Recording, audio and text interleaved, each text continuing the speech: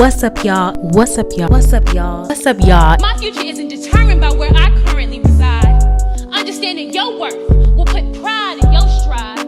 I'm accountable to my call. There's no compromise. I set my own bar, and you better know it's set high. It's giving what it's supposed to give. Ooh, stop playing with them. What's up, y'all? Welcome back to another episode of It's a Perspective. It's your girl, Dashari, and today you are in for a treat. We have a special guest. Our guest is a woman who has transitioned from being a state trooper to being in the Secret Service working for Mike Pence and our current Vice President, Miss Kamala Harris.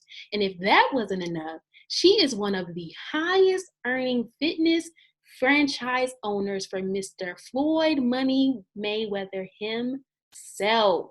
She is your mindset mentor and business coach. She helps high performers who still work a 9-to-5 learn how to make the best and see the best outcome for any and every life obstacle and succeed in balancing their work and entrepreneurial lifestyle. She is the founder and CEO of a nonprofit financial literacy for people of color. I don't know why I want to say colored people, but for people of color, a real estate investor, an all-around dope individual whose success is just simply amazing. Please welcome Miss Taylur Avery.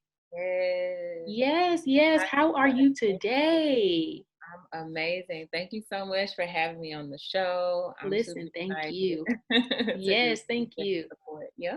All right, well, we're going to get right into it. This is the fans' favorite part of the show. It's called That's My Jam. This is a segment where you can play a mantra or a song you can't resist jamming, dancing, or singing to. So what you got for us? So my jam is definitely going to have to be I Like That by Janelle Monáe. Yes. That's my song. It's just straight up feel good music. Anytime I'm like having a good day, it's like something you want to listen to when you're riding down the street, you got the sunroof. Yes. Or anytime that's just one of my go-to songs that I love to hear. And I love Janelle anyway. She's just like a boss and a feminist and she's masculine, she's feminine, she's just all encompassing. So I love her. Yes, she's all of that. All of that. Yes. All of the above. Yes. All right, let's get into I Like That by Janelle Monáe. I belong. I'm the random mind, and don't you hear in major songs? And I like that. I don't really give a fuck if I was just the only one who likes that. I never like to follow others around to chase the sun. Oh me. Oh my gosh. Listen, that is one of my songs as well. Listen, I like that. She was talking that talk on that song. Yes. Contradiction, got some factual and fiction. Yes. I'm trying to say that. I love it though. That's my yeah. To her own horn, but it's like respectfully and humbly though at the same Yes. I love that. Y'all go check out I Like That by Janelle Monáe. It is definitely a bop.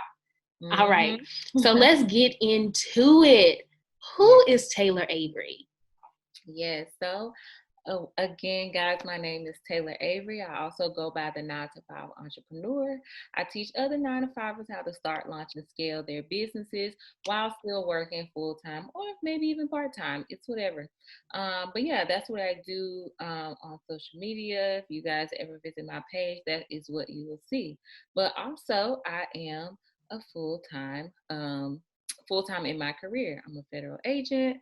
As Dashari said, I'm a real estate investor. I'm also a short-term rental host, newly a super host. Yes. And that's me. Own a gym, all that. Listen, a dope individual. So you are so multi-layered and your story is like truly amazing. But I want to start with you becoming a state trooper. How did you progress? And then we can get into how you became got into the Secret Service serving Mike Pence and Miss Kamala Harris. Yeah. So I actually everything happens for a reason, and it's so cliche, and when you're going through things, it's really difficult to understand the truth behind that, but it is so true. So I was actually in ROTC. I got recruited when I was in college. So I've always been a student athlete from middle school to high school to college. I played sports. But I didn't go to school on a scholarship. I played just recreationally. And so I was always afraid to gain weight because I have the heavy genes are in my family. And yes. I also know, as an athlete, they scare me talking about the freshman 15. You get to college, yeah. 15, 20 pounds, and it's like no going back almost. Right, so right. I'm trying to figure out what I could do to stay active. So I ended up getting recruited by ROTC. I'm like, okay, perfect. They're gonna wake me up in the morning. I have to I'm like, I need some discipline. Yeah. I always had that structure as an athlete. So I did ROTC. I've always been like a pretty average student, believe it or not.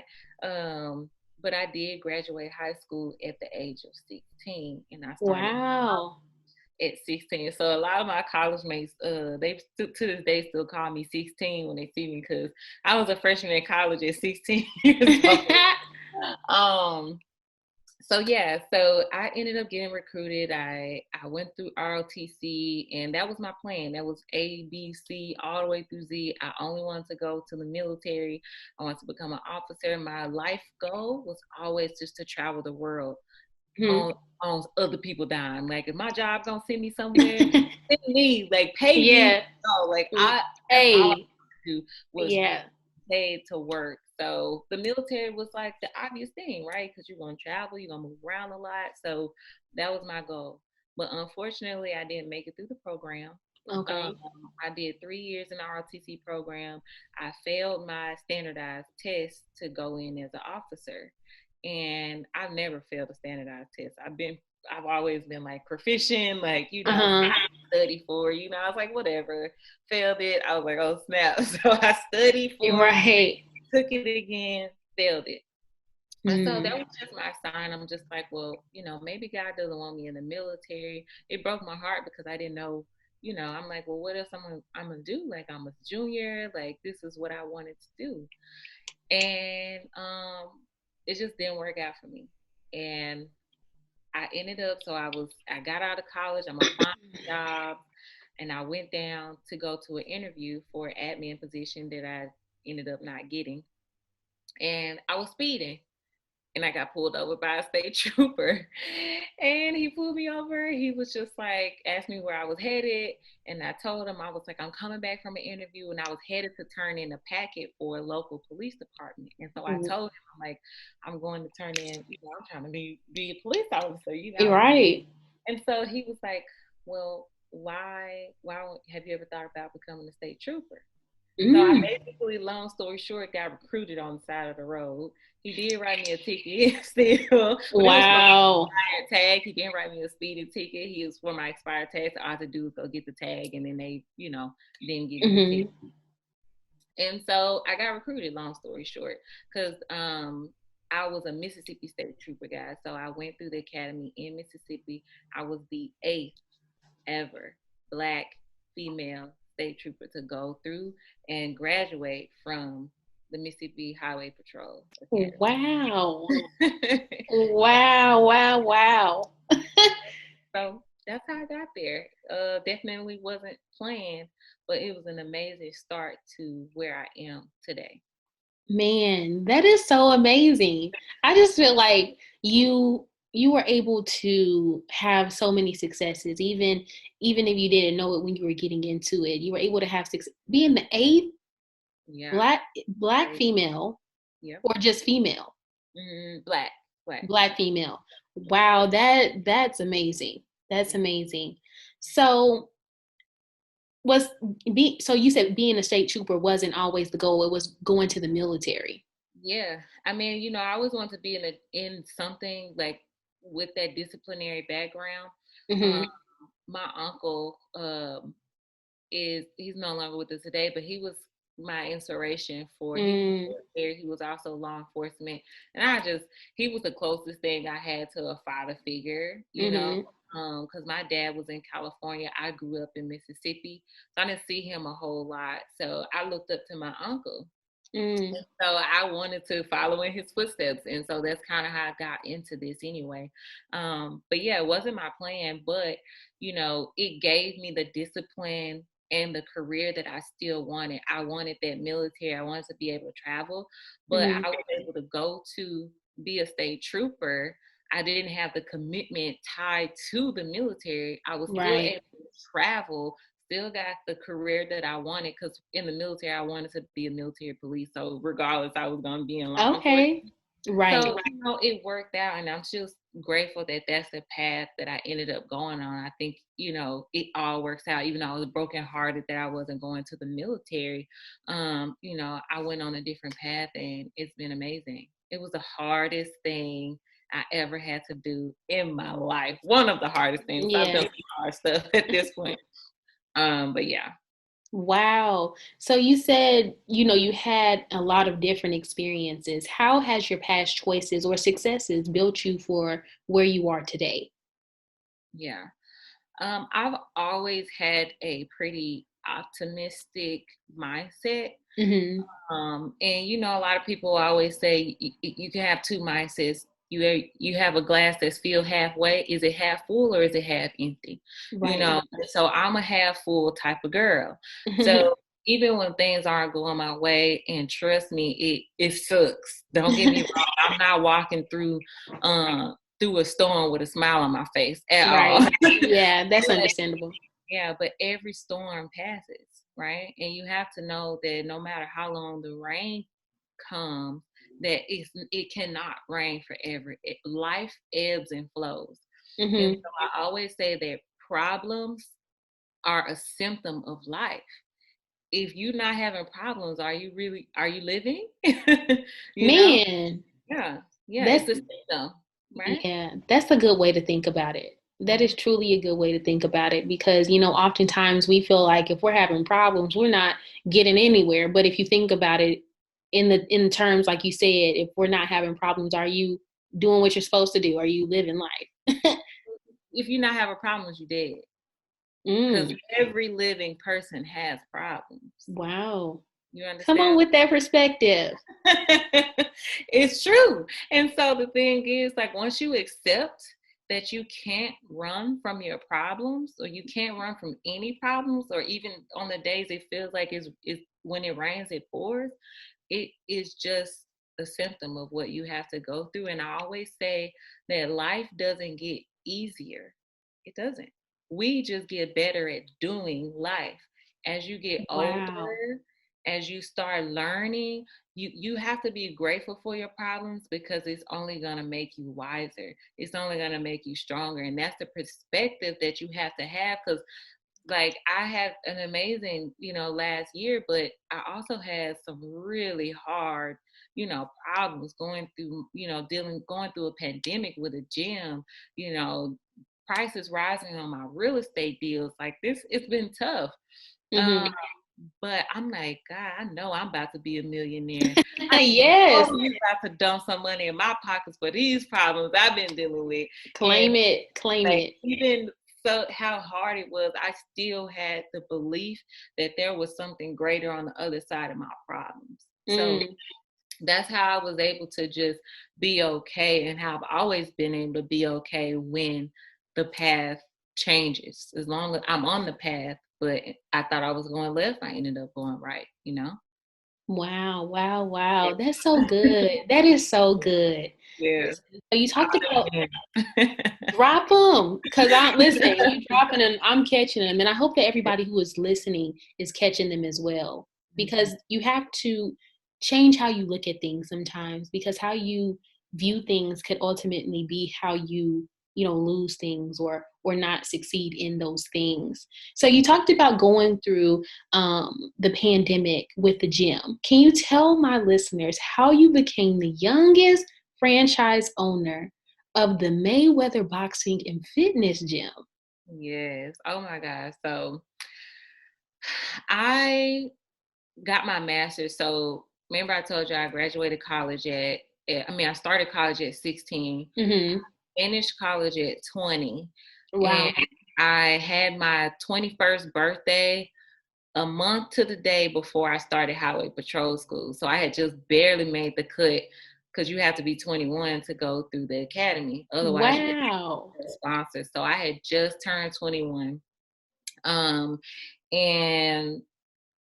I know we'll get into like the Secret Service piece, but I ended up, I left the state trooper after about a year and a half to become a Secret Service agent. And when I went to the Secret Service, that brought me back here to LA, which is I'm originally from here, even though I grew up in Mississippi. My family's here, and I always wanted to live here as an adult. So this was like one of my dreams. So I was able to move back to LA with that job. And so in the midst of me leaving Highway Patrol, going to Secret Service, like I was also getting my master's. So I got my master's in business administration. Wow. So I finished my master's program while I was in the Secret Service Academy. Who possessed me to do that? Wow. But it was so hard. But I finished. Man. I know. And so I finished my master's, and one of the things that I learned in my master's program, which not a lot of it I truly apply to actually owning a business, but one thing I learned was that a lot of businesses don't make it through their first year because of like financials and stuff like that. Marketing, just certain things that they didn't know to have in place that they failed to do on the front end, they fail because of it. And I like those kind of challenges. So when I learned, I'm going to open me a business because I'm not failing in my first year. So, but I made up in my mind that franchising would be the way to go because I can learn the business model. With a franchise, they pretty much have the business model laid out, and then all you have to do is execute it. And so that's what I did. I started shopping for franchises. So I always knew I wanted to get into franchising. I was looking at Chick-fil-A, but Chick-fil-A was a no-go, even though they have a cheap buy-in, which is on only $10,000. Okay.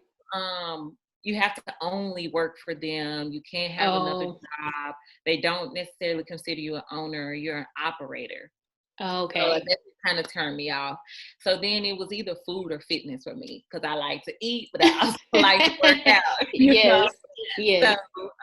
So then I was looking at F45. F45 is a small boutique style fitness gym that I think Mark Zuckerberg.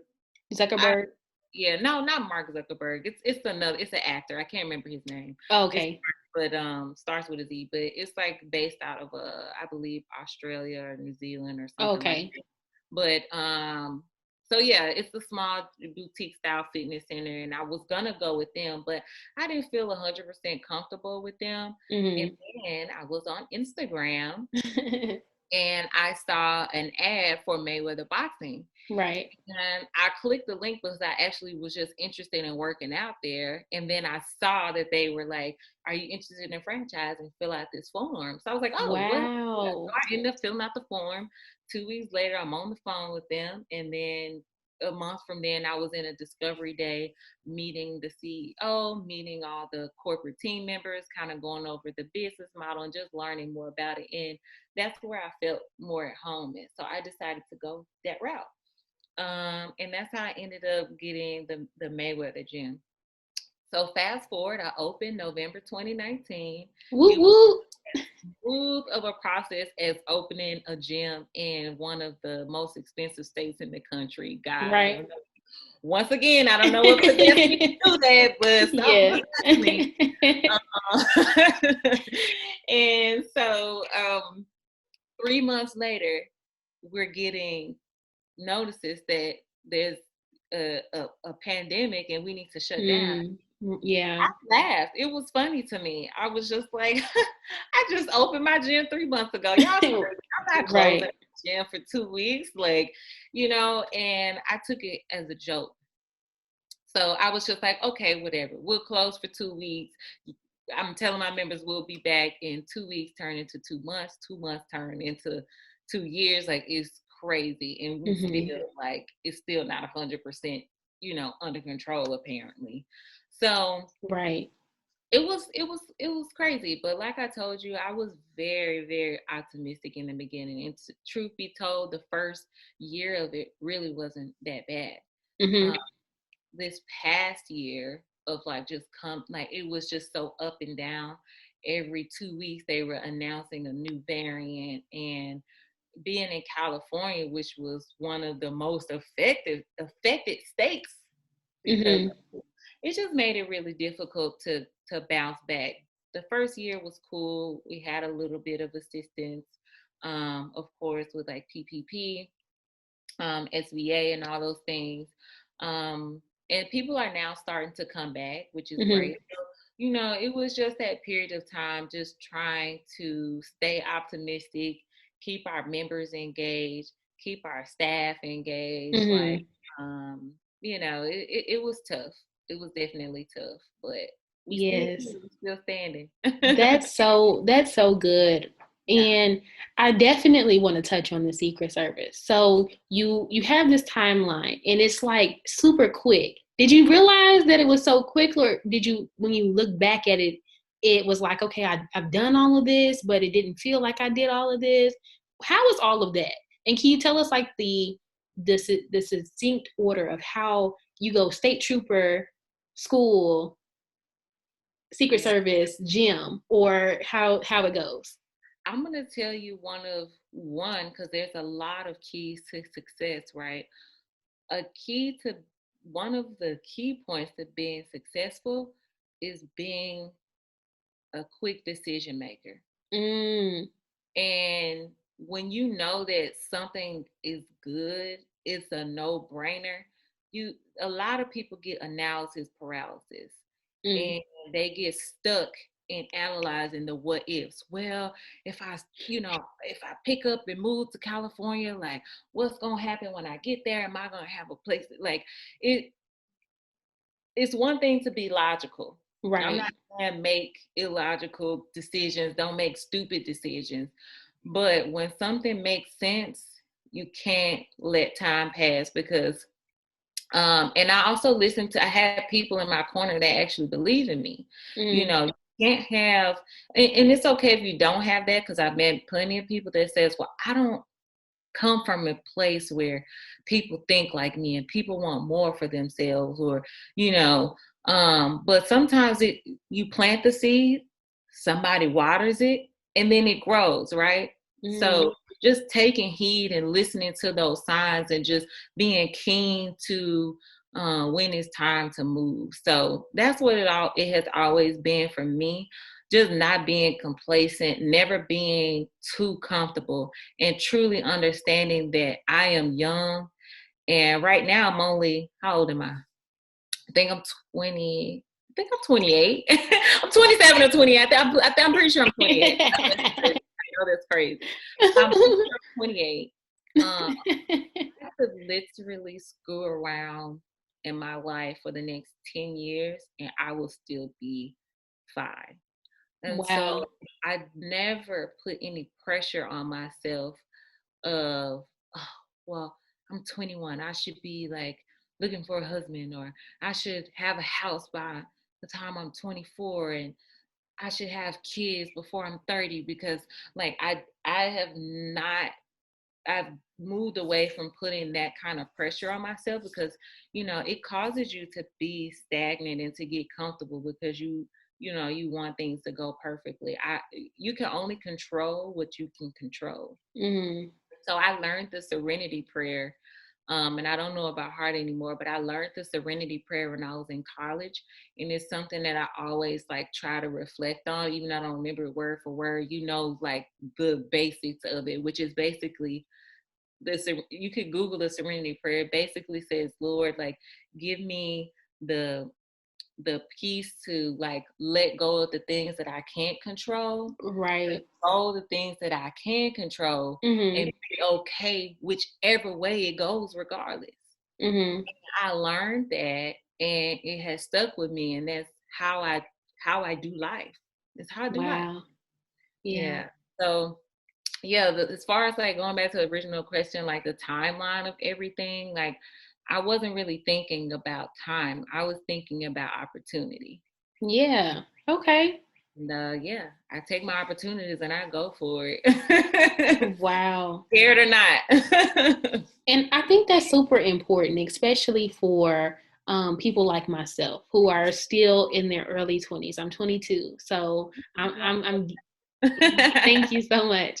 I'm getting into the groove of where I want to be and what I want to do. So I think it's super important to know that you don't have to know everything. Just go out there and be a doer. Yes, 100%. Yeah. Just do. And I never knew that where I am today is where I was going to be. None of this was planned. And so I would encourage you and anybody else that is trying to make plans for their life. It's okay to actually make plans, because the thing about making plans is it gives you direction. So my plan was to be in law enforcement. That's what I wanted to do. And my plan for getting my job in that career was going through the military. Did I still make it to point A to point B? I sure did. But did it go the way that I wanted to go? It sure did not. I ended up getting to point B by becoming a state trooper and not going through the military. I knew I wanted to be a business owner. Originally, it was a Chick-fil-A. Did I get to being a business owner by going through Chick-fil-A? No. I ended up owning a Mayweather gym, but did I get from point A to point B? I sure did. You see what I'm saying? So, yeah, always have a plan. Follow the plan, because it allows you to put one foot in front of the other. Just, you have to be okay when you have to pivot. Be ready to pivot always. That's good. Yeah. That's so good. You are so good. I love everything that you're dropping, and I hope that everybody is taking this in and really learning and trying to be better. I like to say I want to be 1% better every day.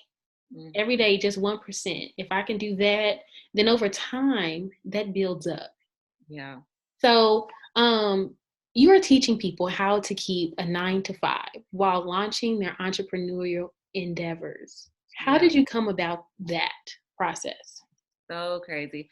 This is like confirmation, because I was having this conversation yesterday. I had it this morning, and I'm about to have it again with you. Yes. And 3 times the charm. I know, 3 times the charm. But it truly just lets me know how, even though things seem like it happened overnight, it is truly not that way. Right. I had been trying to figure out my direction and who I wanted to bless with my gifts for a long time, right? Because like I used to bodybuild. So when I was a state trooper, so again, y'all, like I told y'all, fitness, I always try to figure out what I can do to stay in shape. When I left college, I didn't have ROTC anymore. When I left the highway patrol, I didn't have the academy anymore. What am I going to do to stay in shape? So I took to bodybuilding. And so I forget the point that I was going to make. Oh, how did I get to where I'm making? So I was doing bodybuilding. And so fitness was my thing for a while, right? And so my Instagram name was My Your Fitness, like my business, right? And so, that's good. Yeah, people love the name. Like people will see me like, "Oh, you My Your Fitness, ain't you?" I'm like, So originally, I wanted to bodybuild. Part of me wanted to be a trainer, and then like I was about to open a gym. Like it just made sense, right? Trainer, teach people how to work out, teach people how to lose weight. I had clients online, in person, everything. But training just wasn't where my heart was. So I went from being My Your Fitness to, I just changed my name to Taylur. You know, my Instagram is Taylur.Avery with a U. So TAYLUR.AVERY. Follow me. Go tap in. Go tap in. But then I changed it to that because I was just like, I'm not doing fitness anymore. I had stopped really posting any fitness workouts. Like I was not in fitness, but I hadn't posted anything fitness in months. So I just changed it.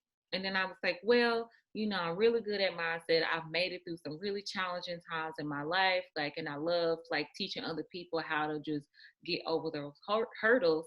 So then I was like, oh, I'll be a mindset coach. And I teach mindset and how to get through business. And for a long time, for a couple months, I was doing that on my Instagram, but that wasn't really sticking and resonating with me either. And so then I ended up joining a mastermind.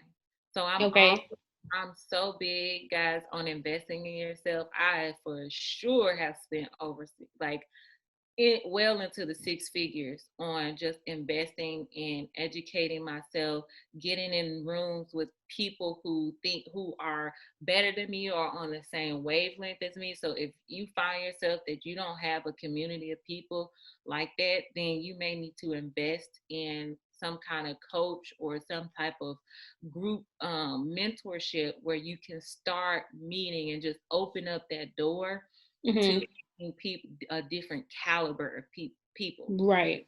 So that's what happened. I had been in several different masterminds and mentorship groups. And so the one that I'm most recently in as of November of last year, I finally got clarity on that. And so I am a 9-to-5er myself. I have several businesses. Some are side hustles. Some are actually, business. And I have a passion project with my nonprofit. So I do a lot. Yes, you do.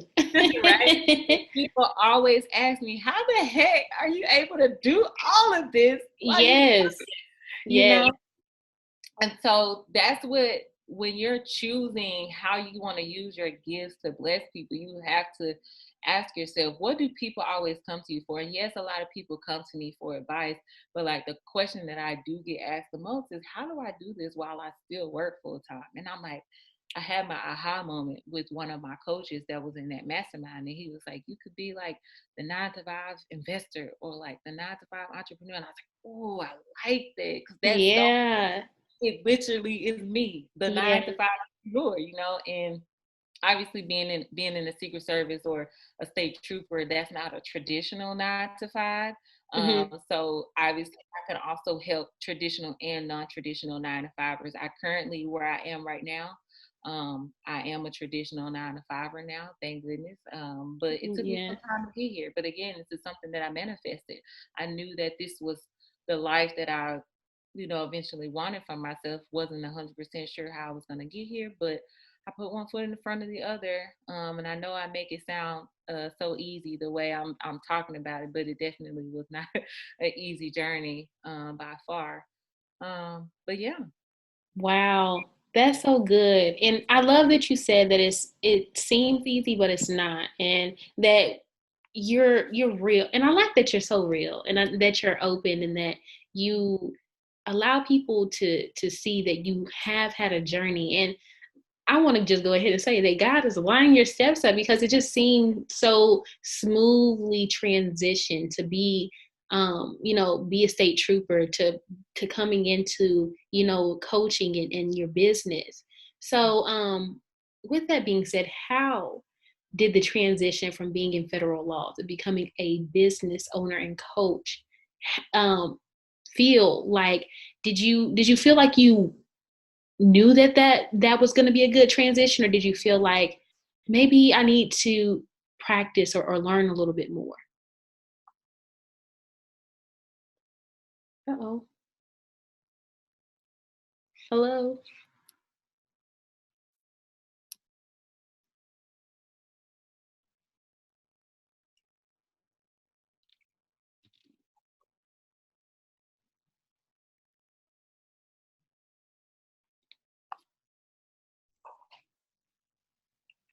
There we go.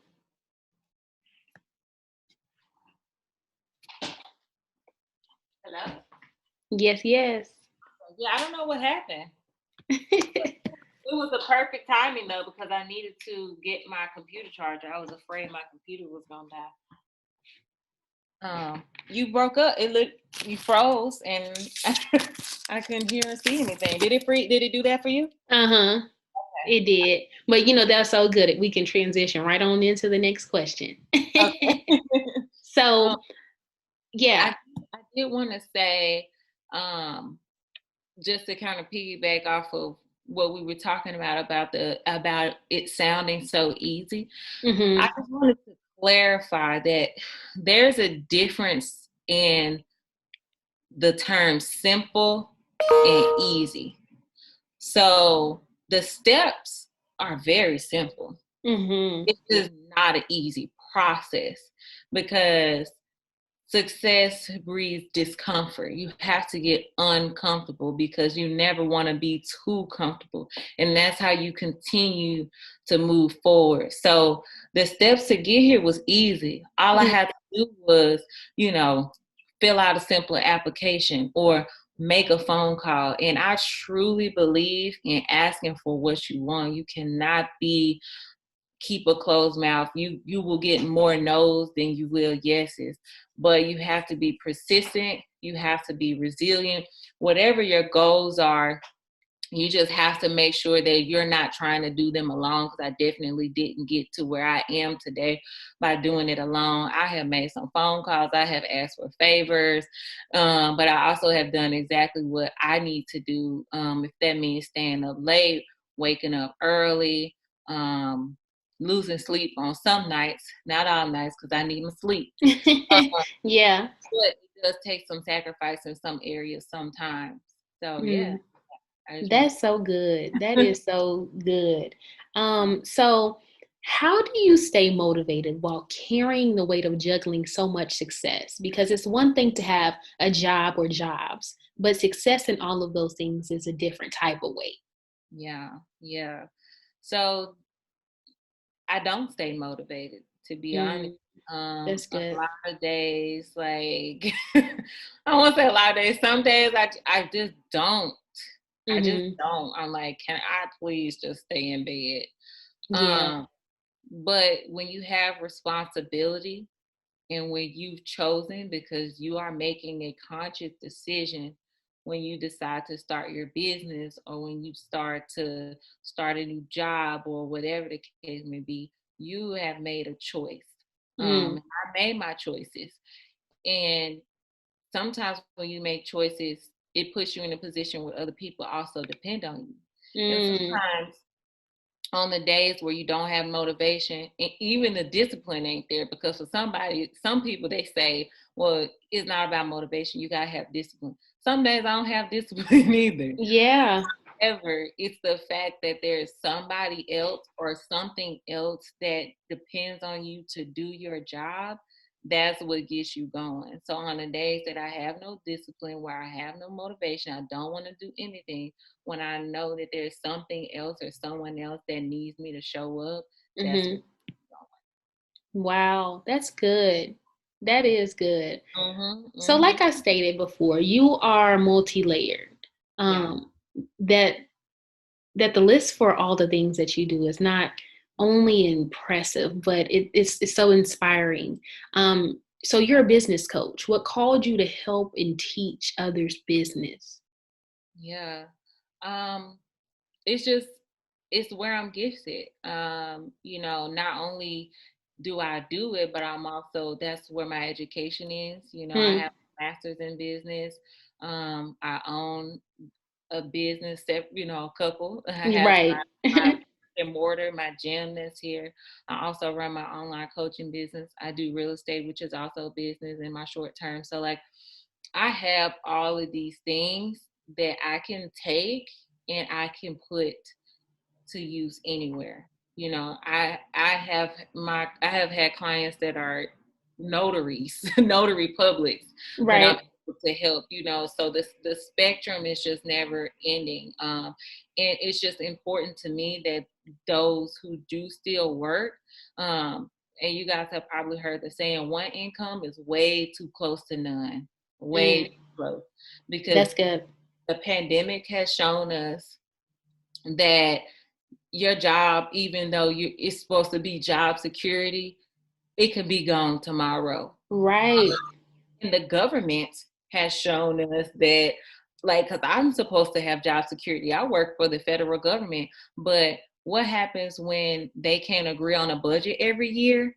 We don't get paid for weeks or months on end. I've had that happen. But when I have my pay from my job, I had income that I could pull from my gym. And when I didn't have any money to pull from my gym because the pandemic shut me down, I had money from my job.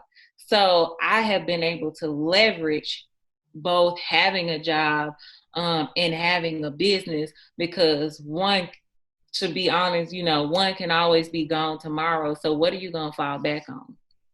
So I like to take my expertise in teaching 9-to-5ers or people that are working how to do something, like get the money that you're making, leverage that to do something else, because the world is unpredictable.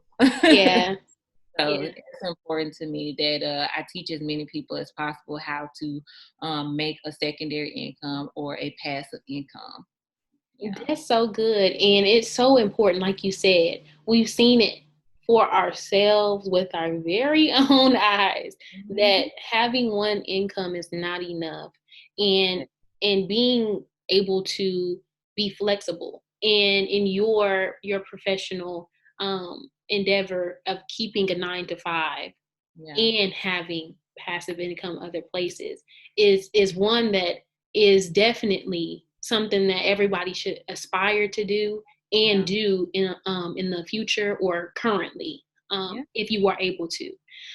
So I'm aware that you have a nonprofit business where you teach people of color financial literacy. Why did you feel it was important to give back in that way? Yeah. So it's two sides to that story. My personal story is when I told you I graduated high school early, and I was 16 years old, working at Little Caesars, trying to figure out how I was going to pay my senior dues. Okay. And so my mom, she would always say things like I've come home and, the lights were off because, the bill wasn't paid, or the hot water is off, and we had to warm our water in the microwave and take a bird bath just to, get clean. Wow. And so I've experienced these things, and as a child, it just makes you feel like, I can't ask my mom for money. I gotta figure out how I'm gonna pay, these dues. And I believe senior dues was probably like $350 or something crazy like that. It wasn't, as a 16-year-old, you might as well have added a zero to it. So I'm like, right. How I'm gonna come up with this? Yeah.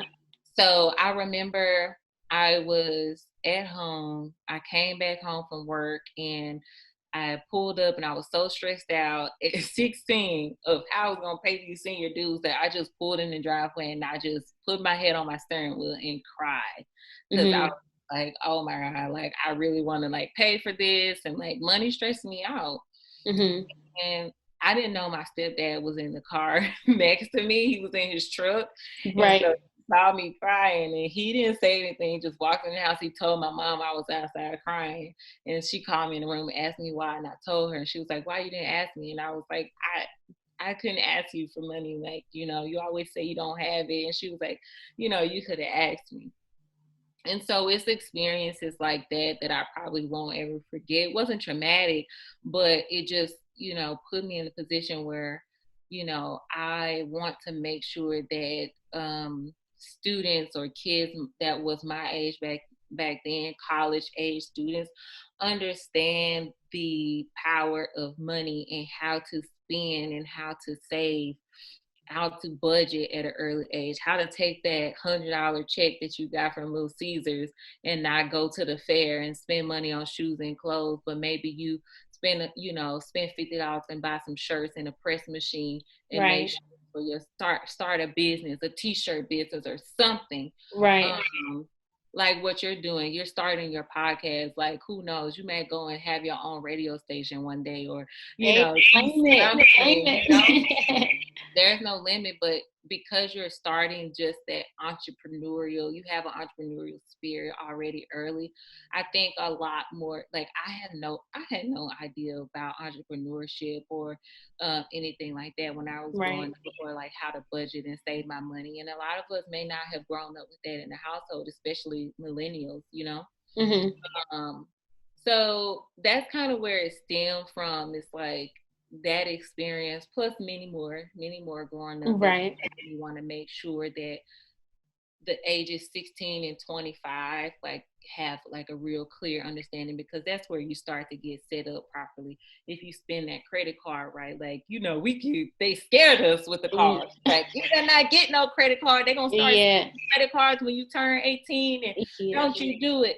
But had somebody educated us properly, you know, by the time we got out of college, we got a 750, 700 credit score, and it's amazing. We could go do, you know, leverage that and do what we want. But, you know, so that's kind of why. Now, what triggered me to actually like do this for real was the George Floyd situation. Okay. So George Floyd happened like 2 years ago. And long story short, I was, you know, on social media, I'm reading a lot of comments, and I'm seeing a lot of people of color, Black people in particular, saying we need our reparations, you know, this is BS. And like conversations were going in that direction. And I was thinking to myself, I'm like, if this country decided, you know what, y'all do deserve y'all reparations, and we're going to give every Black family, you know, $500,000. Right. How many of us would actually know how to take $500,000, never probably even seen 5 figures in your bank account, let alone 6? Right. How are we going to take that money and do right with it? They will give it to us because they know we just going to put it right back in the economy and give them their money right back. Instead of taking that money and flipping it for our own families. So the thought just triggered from the conversations that were had because of that event. It wasn't the event in particular that triggered my thought. I was just like, how about we just get educated on that? How can I teach you guys how to truly understand how to budget and prepare yourself? Because God ain't gonna bless you with $500,000 if He know you can't manage it. Come on. Unless He do it to teach you some kind of lesson. So you know, for future. But if you want $500,000, you got to prepare yourself. You got to show Him you know how to manage the 500 that you got in your bank account right now. And then you open yourself up for more blessings. So yeah, that's just my mindset and my piece on like financial literacy and why I'm so passionate about it. And I could probably tell you a couple more stories about it. So if we got time to get into it, we can. Yeah, it stems from a lot. Yeah. No, that's so good. And yeah, if you have another story, that's good. But I just want to say really fast is that I think it's so good to know that, you know, just different stories and different ways, because I know a lot of us who are younger who've thought about like, oh, I wish I had money for this or that, or if we do give money, like say for instance, our grandmother gives us money, what are we gonna do? We're gonna go straight to that store, we're gonna go get some candy, some chips, and we're not gonna save it back for when we actually need it, for when we want to go on a field trip so we don't have to ask our mom, or if as we grow older, we want to save it for, you know, gas instead of, you know, going to, you know, the club or something. I don't know. I think that it's important for us to learn financial literacy because like you said, if they give us the money now, most of us won't know how to invest. We won't know how to put it back into ourselves. We'll just go out there and have the poor mindset of going to get some Louis, some Gucci, and stunting on people.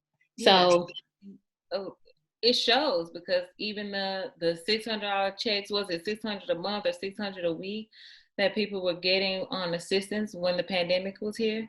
How many people actually took that money and flipped it? Or, you know, I see like people were in a position where they needed to pay whatever bills or whatever, but there was so much in place that money could have been, leveraged. You know, if I was getting a child, I would leverage the heck out of it. I don't know what I would have done, but man, you made a great point, which would like segue into the story I had that truly taught me the importance of financial literacy.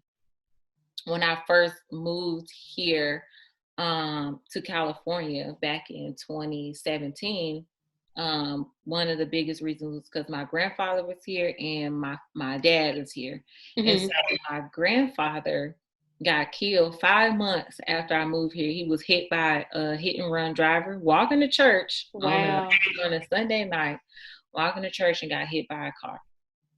So now, Sorry to hear that. yeah, it was a very traumatic experience, but also, you know, we were able to see some blessings behind it, because without that experience, like my sister and I would have never gained the clarity that we needed with regards to financial literacy and just setting ourselves up for success, because we ended up inheriting some property and we had no idea what to do with it, right? So we learned about trust because we didn't have to go to probate. And if any of you guys have ever lost a loved one, particularly like a grandparent, and your parents may have had to go to probate to get access or ownership of their property because they didn't have a trust in place. So what happens is when you own a property, it's ideal that you put that property into what is called a revocable living trust. A revocable living trust, which is basically like, how do I put it? What word can I use? It's like having insurance, even though, it's like having insurance on your house, and you put it in this trust, which basically means nobody can touch it. You put whatever, like if you say, if I had a child named John Doe and I put in my revocable living trust, when I die, 100% of my house goes to John Doe. And if my sister can't come in and say, well, she's my sister, it's my house. No, the living trust says, which is almost similar to a will, right? It's basically what it is. It's like, no, the trust says the house goes to John Doe. So that's where the house goes. And so we were able to do that, and it happens immediately, versus if you don't have that in place, now you have to go to court and fight for it. And that could take years, literally years, to do. So super important lesson that we learned, because my grandfather did have a trust, and thank God we didn't have to go to court, to fight for the house. We were able to get it right away. And so that was something that we learned early on, how important that was for us. And, a lot of other lessons that we learned, like, life insurance. He had life insurance, but it lapsed. So guess who had to pay for the funeral out of pocket? So important that we, as families, especially people of color, Black families, we need to take that stuff seriously. Like, life insurance is so important. And I used to think life insurance was for old people. It's actually for young people, because the older you get, you're more susceptible to sickness. When you start getting sick, life insurance either becomes more expensive for you or you can't get it at all. When you're young, 22, you can get a life insurance policy for like $10. Wow. And it's more of a, I don't want to have a whole lesson here, but you can get a life insurance policy for cheap that at least will cover you, because we all know life is not promised. God forbid, something can happen to us tomorrow, and you can leave your family with at least enough money to pay for your funeral. So we're not starting GoFundMes to bury our loved ones because we didn't have the proper things in place. When you guys start to have kids, my grandmother took a life insurance policy out on my sister when she was born. She just cashed out on that back in 2017.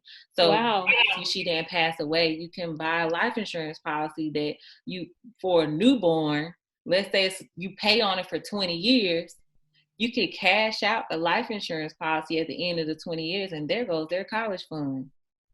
Man. You know what I'm saying? So it's so important and key to do it while you're young, because you could get the policies for so much cheaper, and you can also enjoy the cash value of your life insurance policies while you're still alive. These are things that our people don't know, And which is why I started my nonprofit, so that, I'm able to educate, and hopefully I'll grow once I'm done, like, building the businesses that I'm currently building right now. Right. That I'll just put more time into my nonprofit and just getting around to teach more people. But yeah, so we'll probably Wow. get soon. Yeah, that's so amazing. You guys, you have to be intentional with financial literacy because it's important. It's imperative that you gain the knowledge and the information, seek the classes that you need, listen to things like this where she's telling you to take out a life insurance policy on yourself, to make sure that you are leaving something for your children from older folks, or investing in yourself.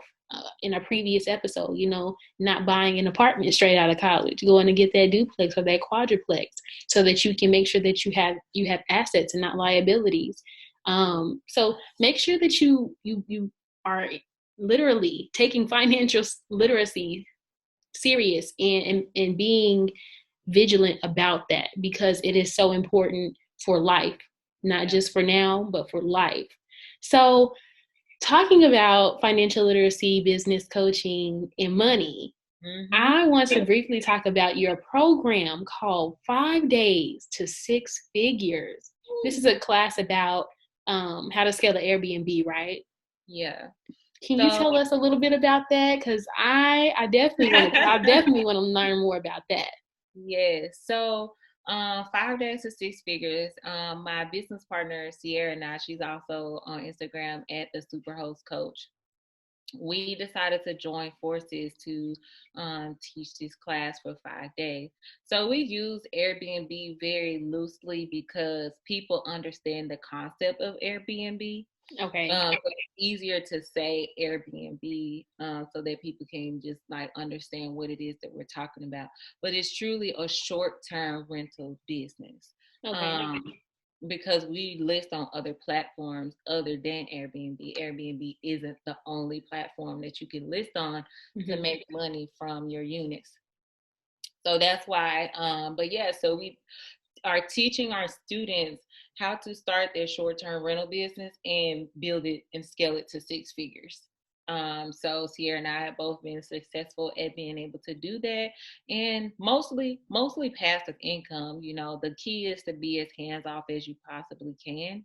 The methods that we teach is to do corporate leasing, which means that you're not renting apartments in your personal name, but you're renting them through your company name. You're building a legitimate business. This isn't a fake business.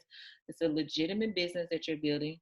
Right. You're getting permission from landlords, because we're teaching you the method that we teach is rental arbitrage, which means you do not have to own any property. You will be renting from a landlord or a complex, and you don't have to use any of your own money if you don't want to. So we teach several funding methods, one being business credit, using personal funds, using investors, or doing joint ventures. So if you find that you don't have the total amount to invest, you can partner with another partner. If you have half and they have half, then you guys can join forces and do business together. So we teach our students how to properly and legally do business together, for how to protect themselves in a partnership, and just overall being able to be successful. Because again, and we over deliver. Like, it's a lot of people teach like these 1-day classes. Sierra and I both actually taught a 1-day class ourselves, and we realized like it's just so hard to teach people how to run this business in like one class or 1 hour, even if the class is 2 hours long. So we took 5 days. Every day we taught for about 2 hours, just teaching them how to start from literal scratch to finish. So yeah, it was super, super fun, so rewarding. We do have, even though we're done teaching live, because we taught live, we actually ended up teaching 6 days, because it was so good that we had to add another day, because we actually couldn't even fit it all in the 5 days like we thought we could. So we ended up doing That's 6 what's days. up. Yeah, so they were super happy about that. And yeah, so you all can catch the replay of the classes, the live classes, and the live question Q&As at the end. So 2 hours every day. I think one day was probably almost 3, like 2.5 hours. So what's that? 2 hours a day, over 12 hours of lessons on how to start from scratch, from building the business entity, getting your EIN, getting your DUNS number, building your business credit, scripts, how to reach out, how to do research, how to find the best areas, because there's hot areas. Everybody want to go to Houston, Atlanta, California, New York, all these big cities, but how to make money in cities that people aren't actually looking at. So yeah, it's really good. You guys can find the link in my bio if you're interested in investing in yourself, which we discussed earlier today. I've done it over and over again. So I will be your business coach. I would love to be your business coach and help you guys through this process. So you can find the link in the bio on my Instagram. Yes. Please go tap into that, because it's so uplifting to see not only women, but Black women in this industry, and having a program that is 5 days to 6 figures. Like, who in the world would have thought that could be a thing? And getting into that. So you guys, please go tap into that on her Instagram, in the link in her bio, because I think it'll be an amazing class for you guys to, listen to and then implement. So your online presence is growing, and you drop so many gems on how to stay on business, but also, I don't want to say Airbnb, but I guess I'll say real estate. Yep. Real estate. How do you stay consistent and find a work-life balance? Yeah. Online. I live and die by this calendar that's on my phone. Mm-hmm. I also have a to-do list that a working to-do list. So I have gotten good at it, because trust me, it wasn't always this way. And I still, have my days. Like I don't think I posted since Thursday, but I was making content before we got on here. I'm like, well, I got to do, jump on the podcast. Let me get up, get dressed, do a couple, batch some videos, and then figure it out later. So I have just started truly using my calendar, because if I started missing important meetings and stuff, and it's because I was doing so much every day. I was starting to forget things, and so I was like, I got to do better. So I started using my calendar. So every day I check my calendar, make sure I'm not missing anything. And that's kind of how I am able to balance all that I do. And then as far as like the content, I feel that I just recently started doing with posting consistently, and it's because I have clarity in who I'm talking to and how I want to help them. So if you are trying to find your way on social media, you just need to know exactly who you're talking to. So for your podcast, if you are if your goal is to target, entrepreneurs between ages, 25 and 30 or whatever the case may be, then you have to tailor your content to speak to them, because if not, then it's going to be crickets every time. So I've decided that that's who I want to talk to on my page. So it's made it so much easier for me to be able to create content, and I probably have 4 pieces of content that I'm able to post next week, and I did it in probably 30 minutes. So what I do, like I told you, I don't do anything fancy. I'm not walking outside. I'm not putting on any fancy outfits or anything like that. I put my ring light on, snap up my camera. I record a few reels. I have no idea what words I'm going to put on yet. What I do is just batch them. So if I see a reel that I like or a voiceover that I like, I'll record it real quick, point at the screen if I need to. You see a little area. No idea what I'm going to put in those spots yet, but then I get all my videos together. Once I'm done with my day and I'm relaxing, then I can get in the bed and be like, okay, this makes sense. Let's just put this here. And then I just kind of jump in that way. always be doing research, reading articles. Like, yes, I have so much knowledge in here. Like I know about SBA, I know how to get loans, I know how to get grants. But just keeping up to speed, up to date on things that are coming out in your Mm-hmm. industry in particular, so that you're able to put out that new information, because Instagram is like the news. Like you don't even No, need to that's watch facts. news anymore, because you can That's find out facts. anything going on in the world from there. Yeah. So your audience doesn't, maybe they're not reading the articles that you're reading. So you can go read articles, that are in your industry. Like, I was reading the article, I put out a piece of content letting all the entrepreneurs that owned gyms and restaurants know that there's a $55 billion grant that could be getting approved in the next week or so. So I'm like, Yeah, I y'all seen get that. I was like, what? ready. I'm like, y'all get ready. But this is information that's public and available to everybody, but Mm-hmm. I'm staying up to date on current events so that I can share it back with my audience, and they appreciate that and they value that information. And so that's what you want to make sure that you're doing, is that whoever it is that you guys are catering to, when you have clarity on who you're speaking to and what information you want to pass them, you can educate them. You are their news. Yeah, Yeah.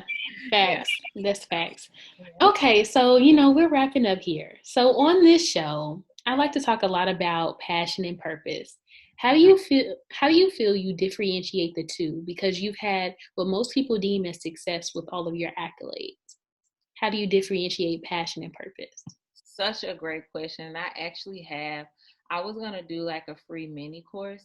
And if I could show you my screen right now so you can see, the title of it is literally called Passion versus Purpose. Wow. And because it's so important for people to understand the distinct difference between the two, right? Because usually your passion is something that you would do for free. Mm-hmm.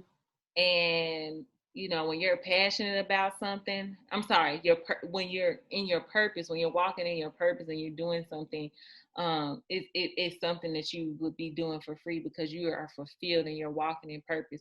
When you're passionate about something, you like it, but it's just like, I love doing this, but you I don't know. It could be a little iffy with the level of commitment. Mm-hmm.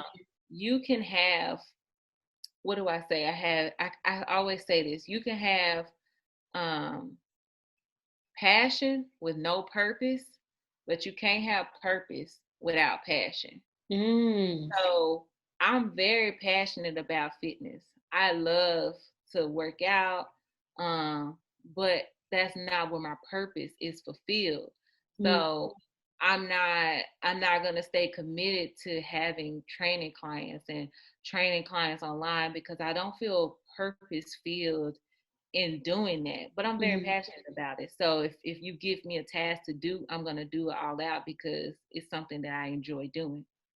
But when I'm in my purpose and I'm walking in my purpose, by teaching business and teaching people how to navigate life and how to overcome obstacles, whether it's personal or business, that is where my purpose lies. And I will do it for free because that is what I enjoy. But I'm also very passionate about it. And when you understand something to a level of clarity, um, you can talk about it freely. Like, I'm able to Right. get up here. This isn't a script. This show isn't scripted. I'm able to just Right. take out the gems because it's something that I am passionate about, but I'm also walking in my purpose throughout it. So I want to say that again. Y'all sleep on this. Think about it now. Yes, You please. have you can have passion with no purpose, but you cannot have a purpose without passion. So if you Wow. find that you're not passionate about something, that is not your purpose in life. That's good. That's That, really, really good. Write that down. You mm-hmm. can have passion, no purpose, but you can't have purpose and no passion. Here we Write it go. down. That's Write it it. down. Yes, that's so good. So what is next for you? Well, right now I am going to be focused on teaching my mentorship students. So guys, as you guys know, we just finished teaching a 5-day to 6-figure class. So we actually have students that we took from our class that we're going to handhold and make sure that we walk them through getting 5 properties in the next 6 months. So, oh snap. Yes. So I was able to acquire my first 5 properties in 90 days. So if I can do it, they surely can probably do it that quickly. But we're giving them 6 months of mentorship where we have very strategic laid out curriculum, checklists to ensure that they are on the path to success. So I'm going to be working on that for the next 6 months. It's just focusing on my students, making sure that they are succeeding in their short-term rental businesses.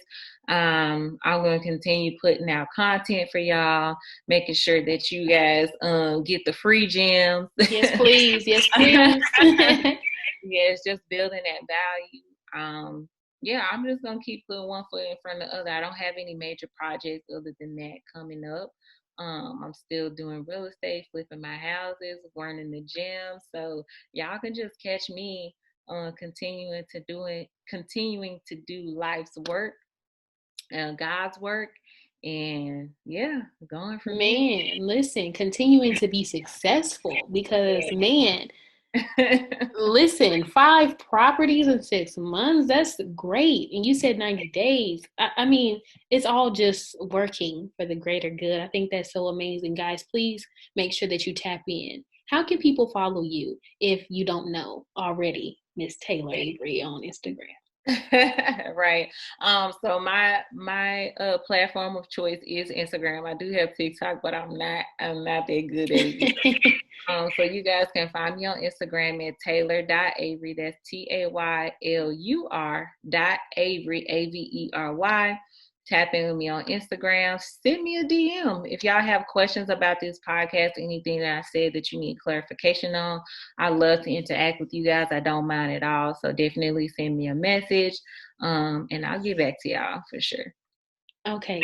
So if you could leave my listeners with one thing, what could you tell them? I would tell them to just be consistent. Be relentless. Whatever it is, whatever goal that you're trying to accomplish at this very moment, I would urge you to focus on one thing at a time. I know I do a lot of things, but it's no way for me to manage them all at the same time and equally. I scaled one, moved on to the other. So choose something that you want to work towards and focus on that until you decide either you need to go a different route or you figure out, okay, this is actually working for me. So stay consistent, have some focus, and don't give up on your dreams or goals, even on the days that it looks like it's not working out for you. It will always work out for the good. Man, yes. This was so amazing. You guys, please make sure that you stay connected with Miss Taylur Avery. She's doing big things. She's helping you guys coaching wise, real estate wise, financial literacy wise. Listen, she is a person to stay on the lookout for because her story and her God's plan is one that is just amazing, and I love her story. This has been a very insightful episode, and I just want to say that I'm very purposeful on who I choose to have on my show, and I truly appreciate you for coming and dropping these gems. And I want you to keep your perspective because, girl, it looks so good on you. Yes. So thank you for coming on. Thank you for having me, and thank y'all for listening. Make sure y'all tap in. Yes. All right.